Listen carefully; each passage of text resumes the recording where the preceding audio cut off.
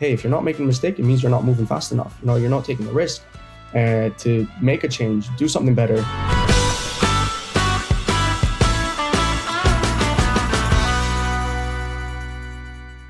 Welcome back to Content in Business. I'm with Patryk Luszcz, Regional Director at Profitroom, a premium booking platform for hotels and resorts. Hi, Patryk.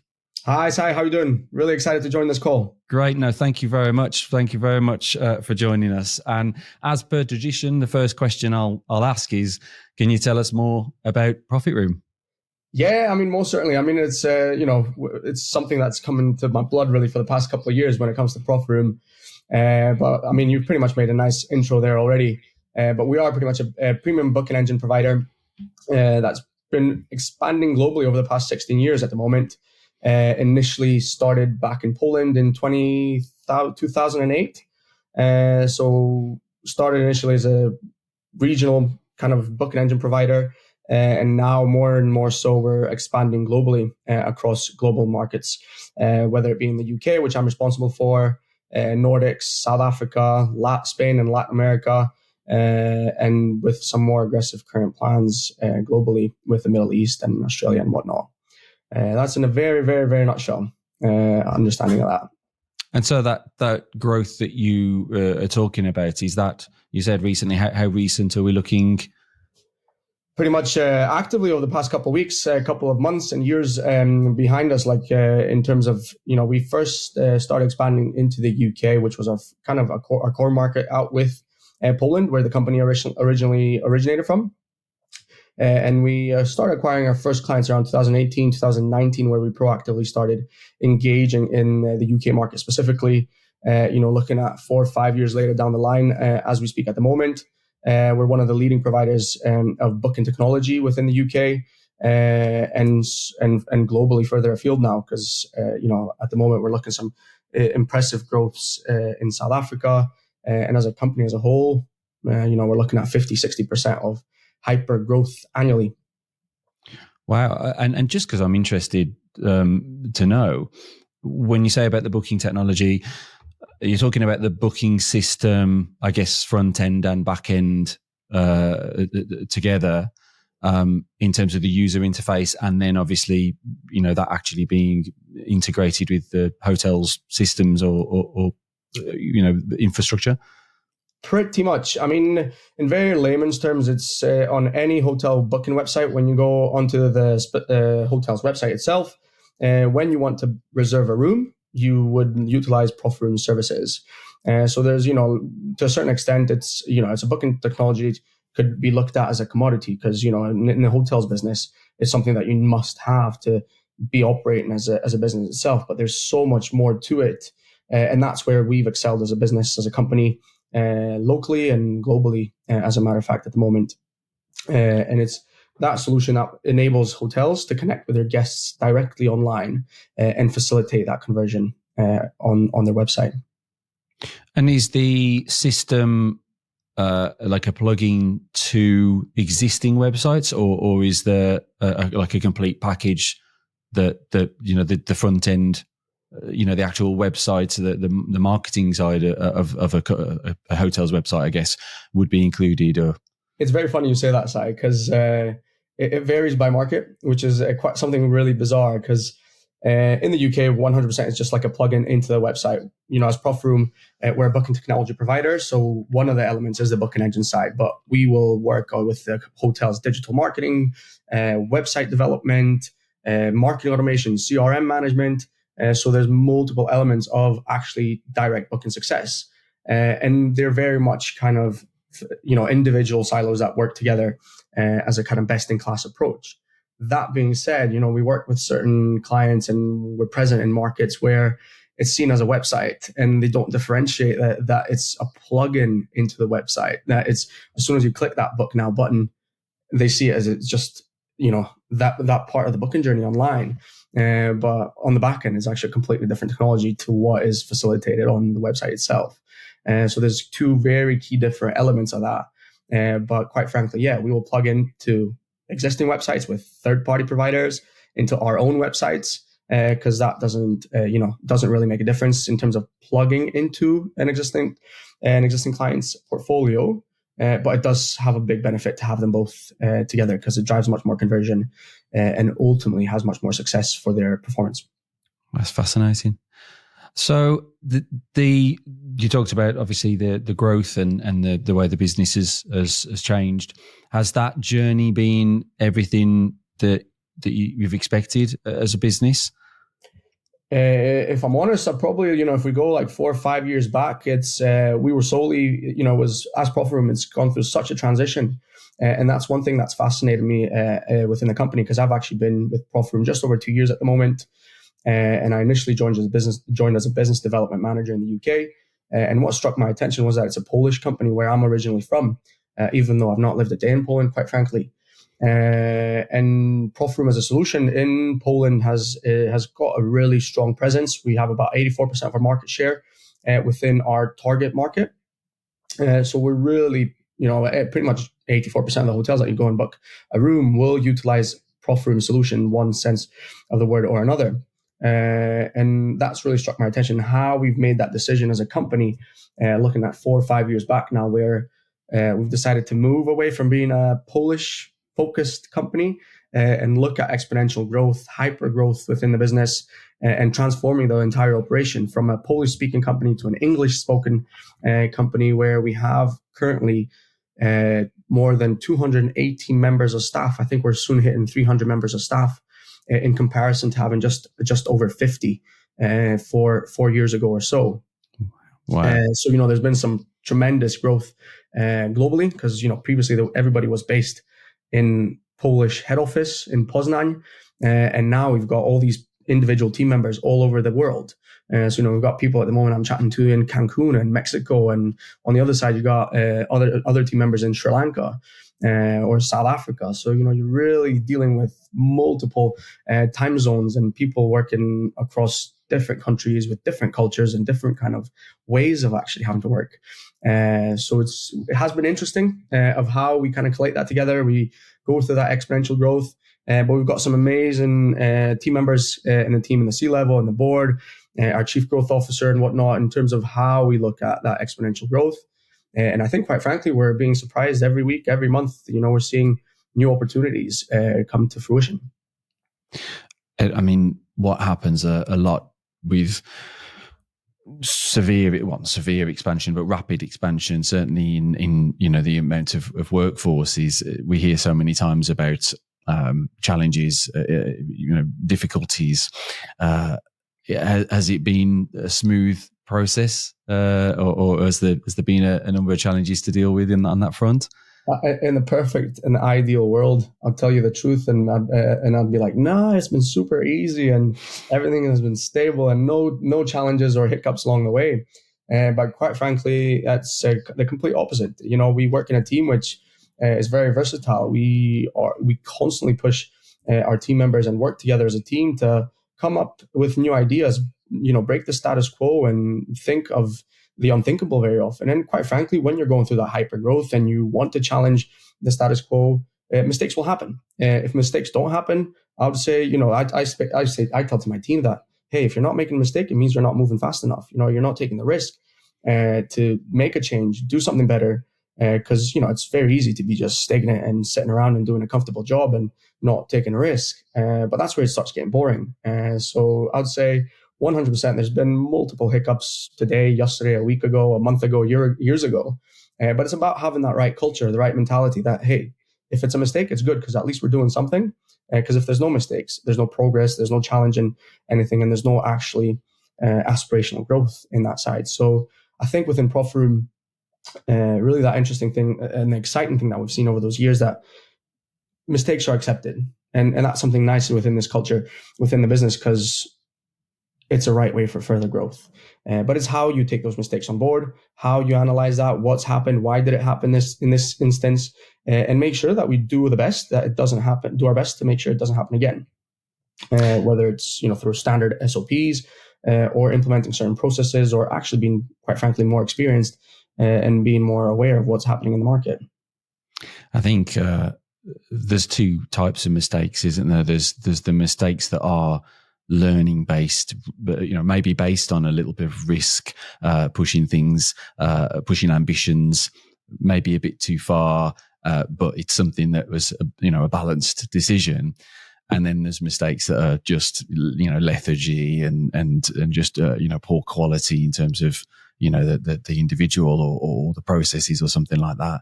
And I think but ultimately, like you mentioned, if you've got a good team and a good culture, that shouldn't happen anyway. So yeah, any of the mistakes should be welcomed, so to speak. Yeah, I mean, referring to your second kind of mistake, which is you mentioned, like poor quality or whatnot. I'd actually refer to that more as ignorance or skills based, which is fine because, of course, from a training point of view, there's certain skill elements that we need to train on a daily basis with our teams globally around the world and within the UK as well, specifically. So, of course, we need to acknowledge that if there's a skills gap that we need to really facilitate. But quite frankly, if it's a skills gap, that's also not a bad thing. Cool, we know it's a mistake. We know there's a skills gap there. There's a solution to everything. So it's about identifying amongst the team, how can we come to the right solution and make sure that skills gap is filled, if it's that element. But if somebody's being quite frankly ignorant or doesn't have that motivation and lacks that element of desire to do better, then that's obviously evident in an environment where we keep on pushing the status quo and looking at 50-60% year-on-year growths.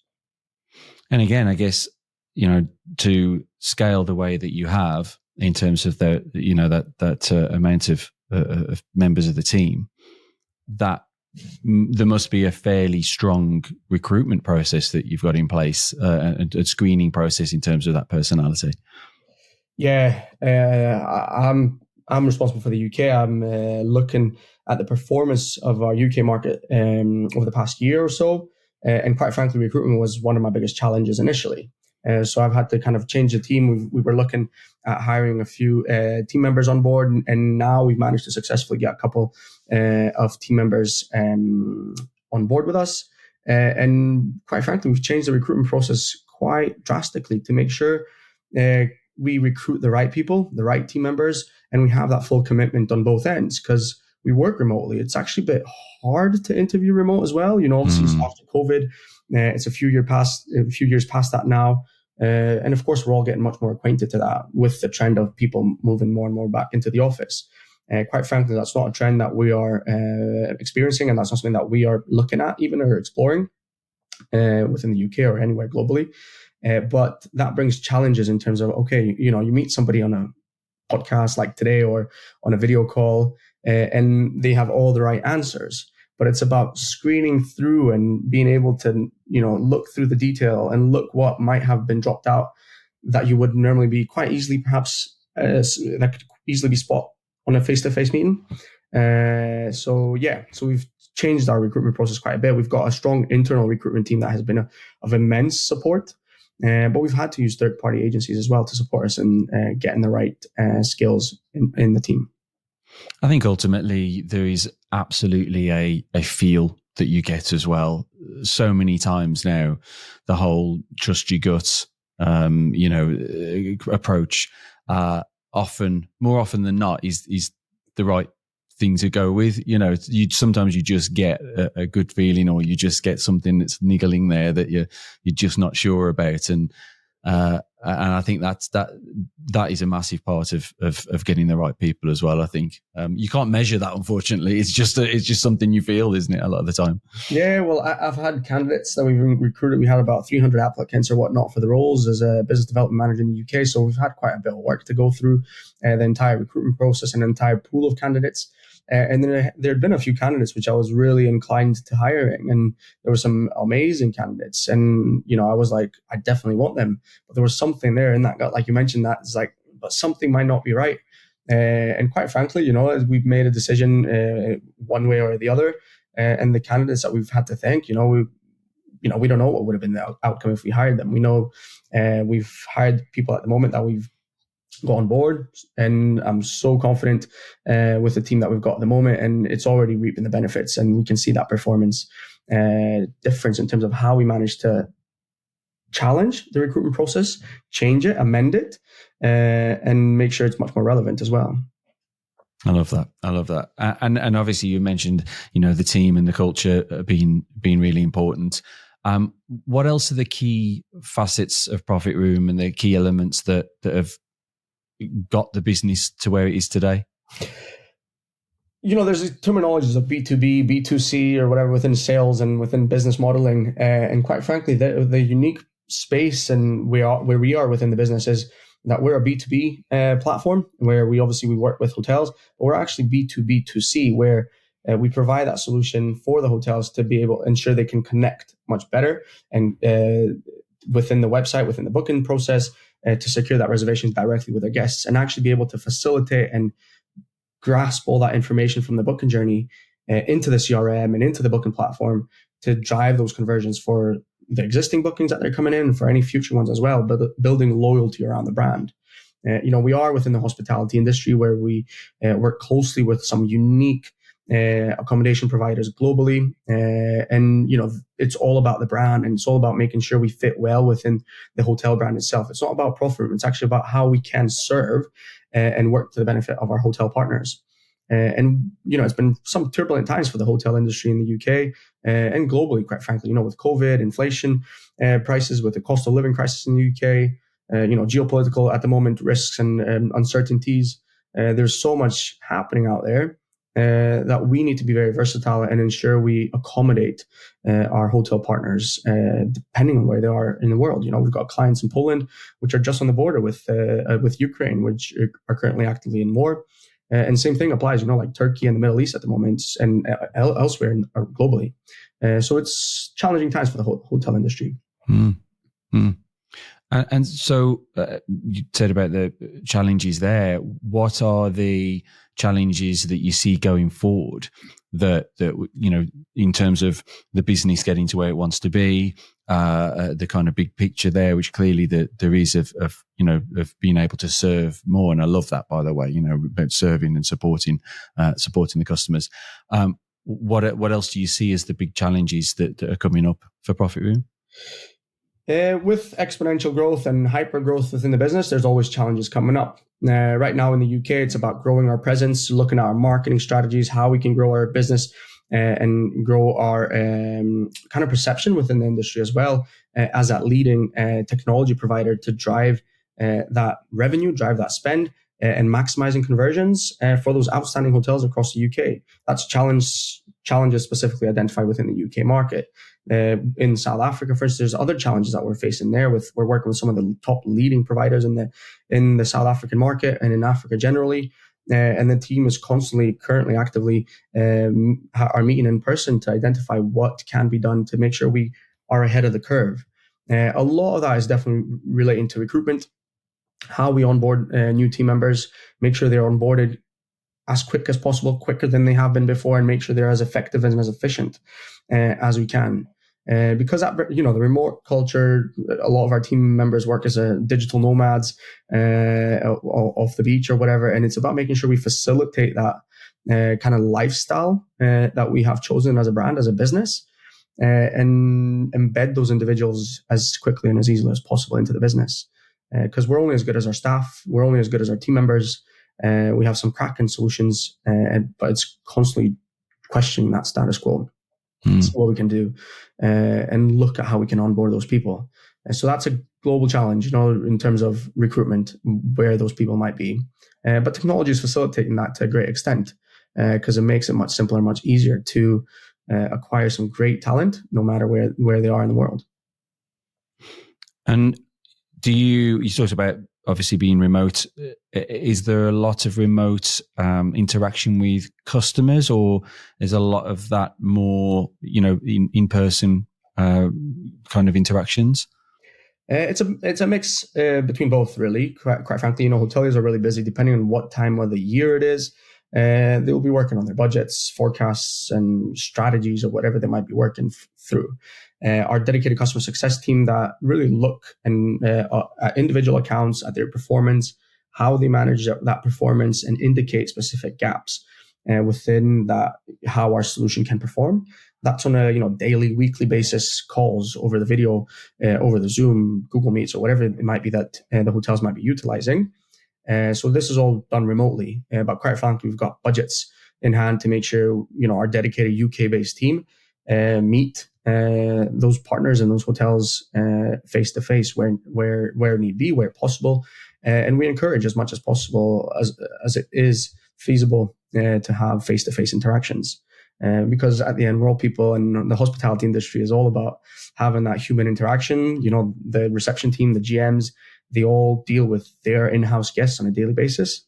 And quite frankly, that is their nature. So we kind of aim to plug into that and ensure we serve them in that way that is relevant to them. So 100%, we have all the intentions of making sure we meet in person. Next week or in a couple of weeks, 2 of my colleagues are going down south to Cornwall to meet all our existing partners, new potential opportunities that we've got with new clients down in the southwest. And it's having that right balance, utilizing that technology that is available to, have multiple meetings within a day, but actually have that human interaction where that is an option. Yeah, absolutely right. Yeah, balance technology and just that old school physical get together. Yeah, I mean that's definitely from the front end kind of customer interaction, shall I say, with our team in sales and marketing, customer success. But then you've got the likes of our developers, and that are constantly kind of sitting in their scripts and all the coding in the back end, which that's, of course, it's all remote, and it's about having that human element between the teams.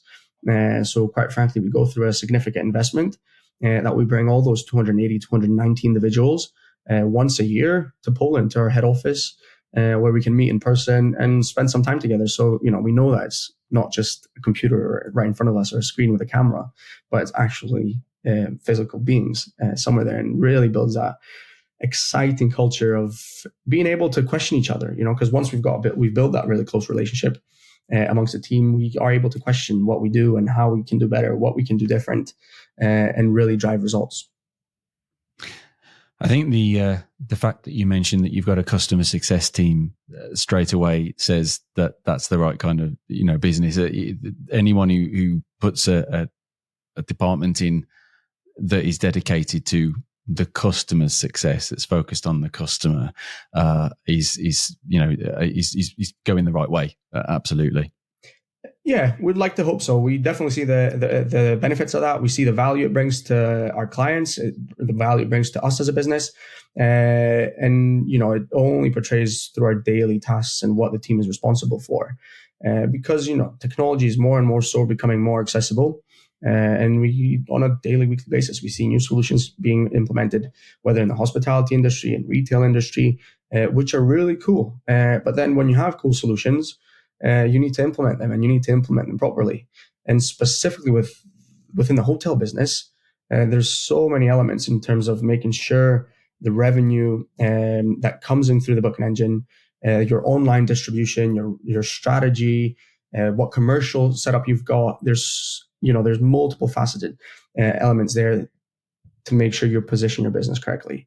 And quite frankly, there's some amazing revenue managers there, some commercial directors within the UK and further afield that have some amazing results. We've just launched our case study with St. Michael's resorts down in Cornwall, in Falmouth, and the team there is unbelievable. The stuff and the packages that they've put on board with the Profitroom booking engine, and the success they've seen over the past few years has only been kind of augmented with the support of our customer success team and the hotel team as well, because it's like an additional hand to their business where we can work hand in hand to drive results for them.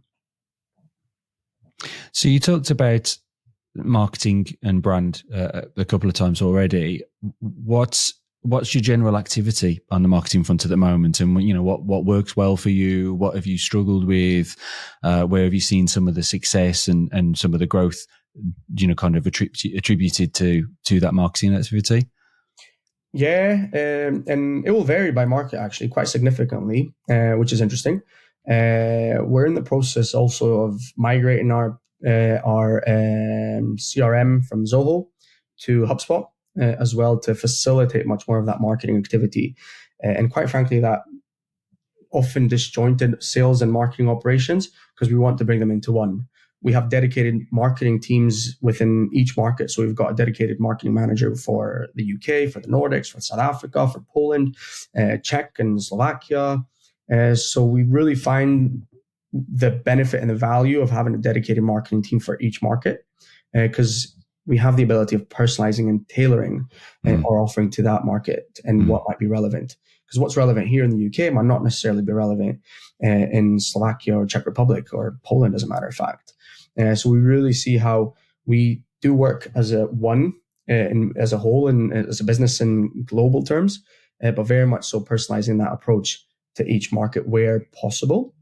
But at the same time, we have a global marketing team based in Poland, quite frankly, at the moment, looking at our digital spend and paid ads, what we can do on our social media, website presence. So there's a couple of elements there when it comes to marketing and our presence and where our spend is attributed to.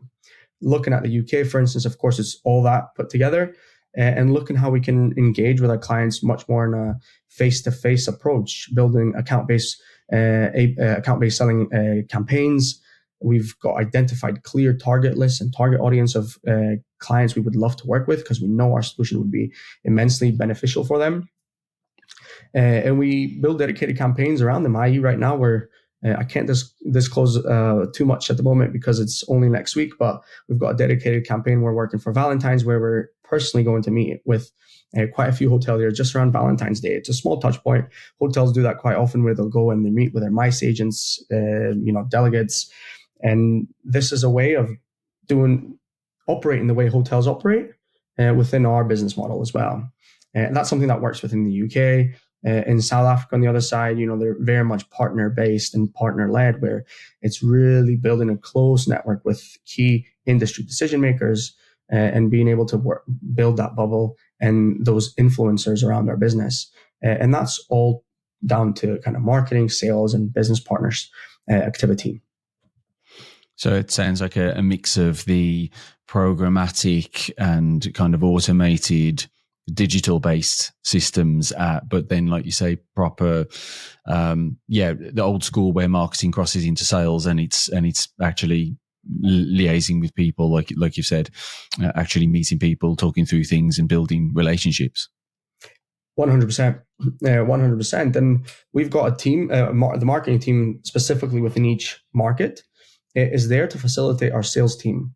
So, we build a sales and marketing strategy together. And depending on what our focus and strategy is from a sales capacity and from a sales point of view and a customer success point of view, we build that kind of marketing strategy around that. So, i.e. the account-based selling or dedicated events that we base around those target audience that we're looking for, specific road trips from a marketing point of view in terms of engaging with those potential clients and our industry partners on a daily, weekly basis within their premises, some outstanding, beautiful hotels around up and down the country.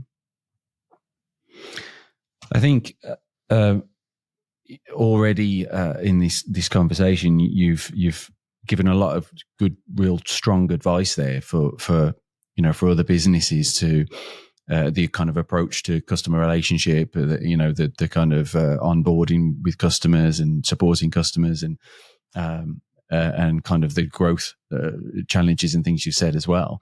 Kind of final question for me is what would be the one piece of advice that you would give to someone in your position? After all that you've taken us through there, what do you think would be a real key bit of advice? Oh, I love this question. So I have to say, what would be the key advice I would give to one person or somebody within this within the business?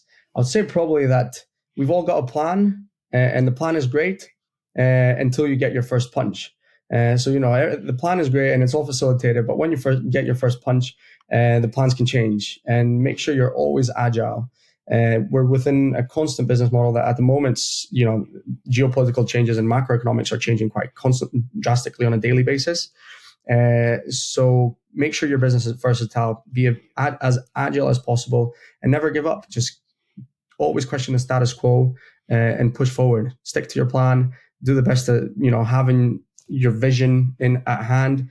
Our vision and our ultimate goal is to be the number one booking technology provider for outstanding hotels globally. That's what we want to achieve, and that's what we're striving for. Of course, getting there is not going to be easy. It's a meticulous step-by-step process of how we're going to get there. But it's about making sure that, no matter how many punches we get, how many challenges come throughout the process, is that we keep on going and we keep on striving with our team together into that kind of vision and our purpose and our ultimate why.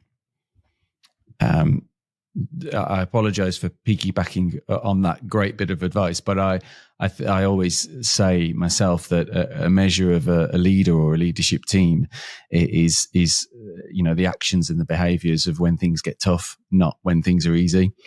And yeah, certainly, like you mentioned, COVID, for instance, I can imagine the plan goes out the window because even if you try and force your agenda through and your plan through, everyone else's plans out the window as well, especially in your industry.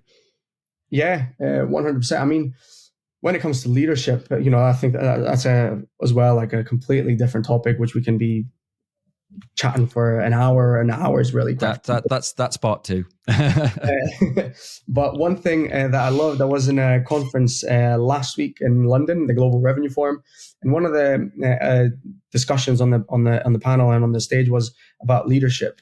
And I loved it because I very much kind of resembled and really could resonate within what they were saying, where, as a leader, yes, of course, it's about the team leading you to a certain extent, but actually, quite frankly, it's about me as a leader serving my team and making sure I serve everything that my team members require to make sure they are their own leaders within their area of expertise and within their area of influence. Because if I can serve them and make sure they are their own leaders within their area of responsibilities, they're successful. And when my team is successful, we're all successful. And, we definitely aim at striving to that mutual success at the bottom of that trip. 100%. 100%. We'll link to the Profit Room website and social profiles in the show notes. This has been a really great spotlight session. Really great inspiration and insights and tips that you provided, Patryk. Really enjoyed it. I can imagine, I definitely think there's scope for a part two, a catch up and see how things are going and talk much more. Sai, it's been a pleasure. It's generally been an honor to join this podcast. That being said, part two can be in a month's time, 6 months' time. We'll see. I'm sure there's going to be a lot of different things happening at the time because, as I said, we need to keep agile and keep on pushing. Well, thank you so much for joining us. It's been really, really great fun. Thanks so much. And thanks to everyone for listening and watching. Like and share and follow the Contenting Business podcast and keep up to date on future episodes as well on the podcast platforms, on our website and on our social media. And until then, I'll see you soon. Bye.